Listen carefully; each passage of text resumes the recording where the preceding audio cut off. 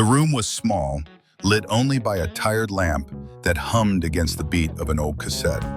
Somewhere in that haze of smoke and bass, a woman's voice drifted out, soft, steady, almost too calm for the rough edges of the 80s. It wasn't loud, it didn't need to be. It sounded like someone humming a memory they were afraid to forget. People who stood in those rooms back then still talk about her. Not in headlines, not in documentaries, but in the quiet way you mention someone who mattered. And it always leads to the same question. How did a voice that once carried through the heart of hip-hop become a whisper in its history? She lived inside a world where the streets shaped the rhythm, where the nights were long, and where young artists learned to survive by turning their wounds into music. Before the fame, before the tragedy, before the movement that changed a generation. Somewhere in Brooklyn, a young girl was finding her sound, a sound that would one day rise, then fade, then live again in the memories of those who knew what she gave. She was born Ramona Scott, in a corner of Brooklyn where the mornings carried the smell of street vendors and the evenings belonged to the sound of block parties. Flatbush wasn't an easy place, but it had a rhythm of its own. A rhythm that shaped the children who grew up listening to older kids rhyme over tinny speakers and borrowed turntables. In that world, music wasn't a luxury. It was a way out, a way through, a way to breathe. Ramona grew up with her younger sister Pamela, a girl with a bright voice and an instinct for harmony. Fittingly, that would become her stage name someday. Their home wasn't one made for fame, but there was love, and there was music, and sometimes that was enough. They learned early that creativity wasn't something you asked permission for. You simply stepped into the beat and hoped the world made room for you. She began rhyming at local parties, the kind where the lights were dim and the speakers shook the floorboards. Her voice was softer than most, smooth enough that people sometimes thought she was singing. The nickname came naturally, Melodie, then Miss Melodie. A name born not from branding, but from the way she made people feel, like they were hearing something gentle inside a world that wasn't gentle at all. Her life shifted the night she crossed paths with a young man who was still trying to find his foothold in the world. He was living in a shelter then, carrying more ambition than opportunity. His social worker, DJ Scott LaRock, brought him to the clubs on weekends, letting him rap while Scott controlled the music. Those nights created a spark, one that would eventually pull Ramona and the young rapper into the same orbit. Their meeting wasn't dramatic. No spotlight, no grand introduction. Just two artists standing in the same room, hearing something in each other that felt familiar. Over time, their connection deepened, not just through music, but through the quiet understanding of what it meant to grow up with dreams bigger than your circumstances. Her family opened their door to him when he needed it most, giving him shelter not just in a physical sense, but in a human one. And as the Bronx scene pulsed with new ideas, battles, and raw talent, she found herself woven into the beginnings of a movement that would later be known as Boogie Down Productions. The crew was young, hungry, unpolished, but their energy shifted the ground beneath early hip-hop. She wasn't just standing beside them, she was part of the pulse, part of the sound, part of the story that was just beginning to take shape. By the late 80s, the streets were echoing with a new kind of urgency.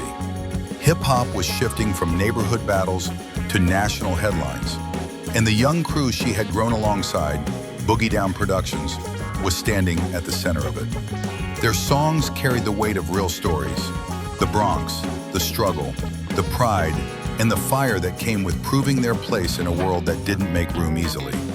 Hits like South Bronx, The Bridge Is Over, and the raw spirit of the Criminal-Minded album were reshaping the sound of the time. What began as a small circle of dreamers had become a force, and she was there, not as an accessory, but as a voice with presence and intention. Her style was bold. Her lyrics carried the confidence of someone who knew exactly who she was. And her fashion, always sharp, always expressive, became part of her identity. Jive Records saw the potential in her. They signed her to a solo deal, opening the door for her to carve her own lane outside the crew. In 1988, she released her first single, Hype According to Miss Melodie, a debut that announced she was more than a background figure in someone else's legacy. She was an artist with something to say, shaped by her own rhythm, not anyone else's. Her presence extended beyond music studios. She appeared at the end of the comedy film, I'm Gonna Get You Sucker, performing Jack of Spade, with a confidence that made her unforgettable. The beat was tight, the attitude sharper, and her delivery carried the charm that fans remembered long after the credits rolled. But 1989 was the year her voice landed in a place that would echo for decades. A teen had been killed at a Boogie Down Productions in Public Enemy show at the Latin Quarters, and the pain from that moment, combined with the grief of losing Scott LaRock, sparked a call for change. KRS-One responded by forming the Stop the Violence movement, a rare moment where hip-hop's biggest names stood together for something bigger than themselves. Self-destruction wasn't just another record. It was a plea, a warning, a mirror, and her verse cut through with clarity and strength. She called herself a born-again rebel, demanding an end to the violence consuming young people. It became one of the most memorable moments of the entire track. Later that year, she released her full-length album, Diva, showcasing tracks like To Sing All Night and Live on Stage. The single, Wake Up, climbed to number 28 on Billboard's Hot Rap Singles, her only charting single, but one that left a mark. She also appeared in Queen Latifah's Ladies First, a defining celebration of powerful women in hip-hop. For a moment, her voice was everywhere, on records, in videos, in the culture itself. She wasn't just part of the movement, she was helping shape it. The glow around the movement didn't last forever. In the summer of 1987, long before the awards and headlines, tragedy struck with a force that reshaped everyone connected to Boogie Down Productions. Scott LaRock, the calm center of the crew, was killed while trying to break up a neighborhood dispute. His death wasn't just a headline, it was a wound, one that cut deep into the heart of the culture. People still speak of it as the first tragedy in hip-hop, a moment that changed how artists understood their own vulnerability. In the silence that followed, the crew had to find a new rhythm.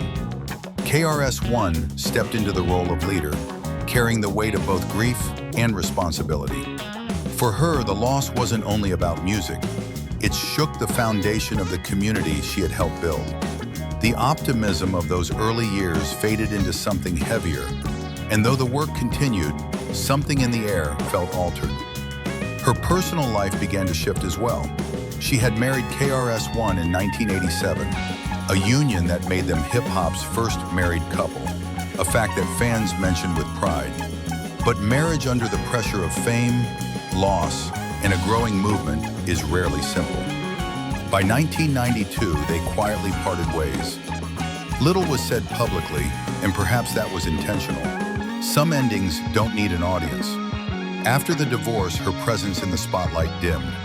There were no sudden comebacks, no carefully planned rebranding, no attempt to chase trends.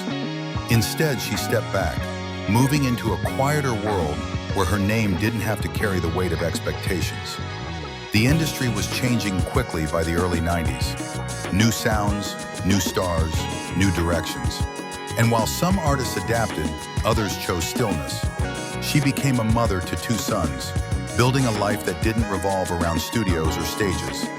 There were no tabloid stories, no dramatic fallouts, just a woman living her life outside the lens that once followed her. For many fans, she became a memory, a soft echo from a time when hip-hop was younger, rawer, more uncertain. Then, in July of 2012, news surfaced that she had passed away in her sleep. She was only 43. The cause was never fully explained, leaving friends and fans to hold on to what little they knew. D-Nice shared that they had spoken shortly before her death, and that the last thing she told him was that she was proud of him. A small sentence, but one filled with grace, the kind of grace she carried throughout her life. Her sister Harmony found her own path, becoming a lead vocalist with the Brooklyn Tabernacle Choir, winning multiple Grammy Awards. Even in that, there was a sense of continuity. Two sisters, two lives shaped by music, each leaving their own imprint in different corners of the world.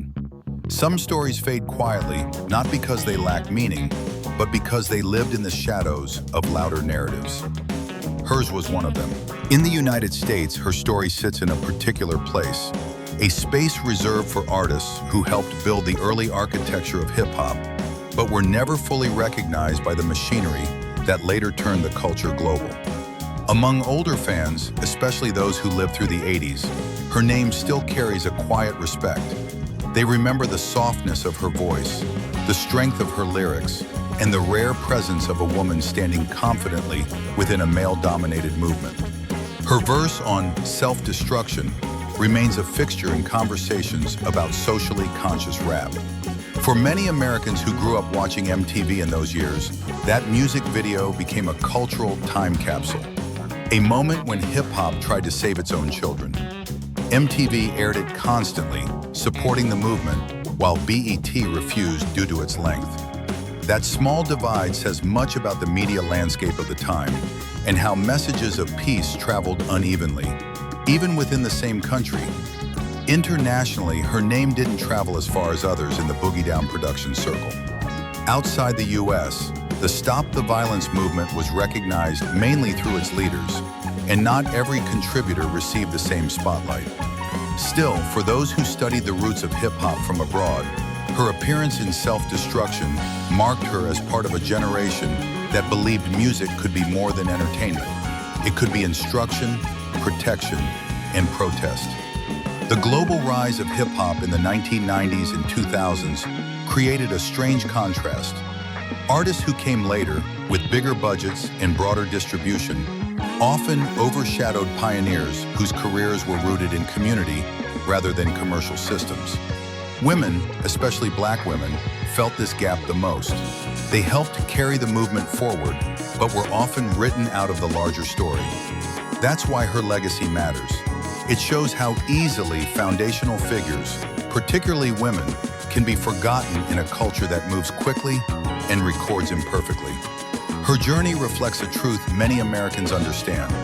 Sometimes the people who shape us the most aren't the ones who end up in the spotlight, but the ones who stood their ground when the world wasn't looking. Her story doesn't end with chart positions or magazine covers.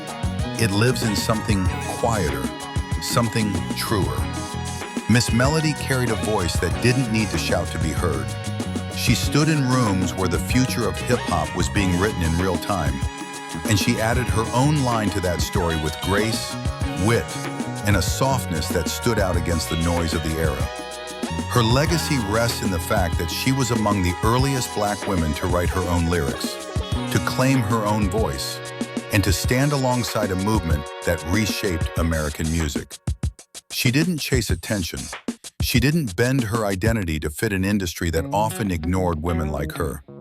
Instead, she offered what she had: her melody, her conviction, her presence, and trusted it would matter. And it did. It mattered in Self-Destruction, where her verse carried the weight of a community asking itself to choose life. It mattered in the early days of Boogie Down Productions, when she helped form the atmosphere that gave the crew its edge. It mattered in the memories of fans who still remember her lines, her look, and the light she brought into a hard and uncertain time. In the years after her passing, the world changed. Hip-hop became global. Conversations about women in rap grew louder. And slowly, people began looking back, searching for the women who helped lay the foundation. When they do, they find her, not at the center of the spotlight, but standing in the glow just beside it, steady and sure. Her life reminds us that some contributions aren't measured by fame. They're measured by impact, by courage, by the echoes they leave in the people who listen. If this story brings someone to mind, someone whose work changed you, even quietly, feel free to write their name below. We read every memory shared here. And if you'd like to hear more stories about the pioneers who built the culture from the ground up, stories that deserve to be remembered, you're welcome to stay with us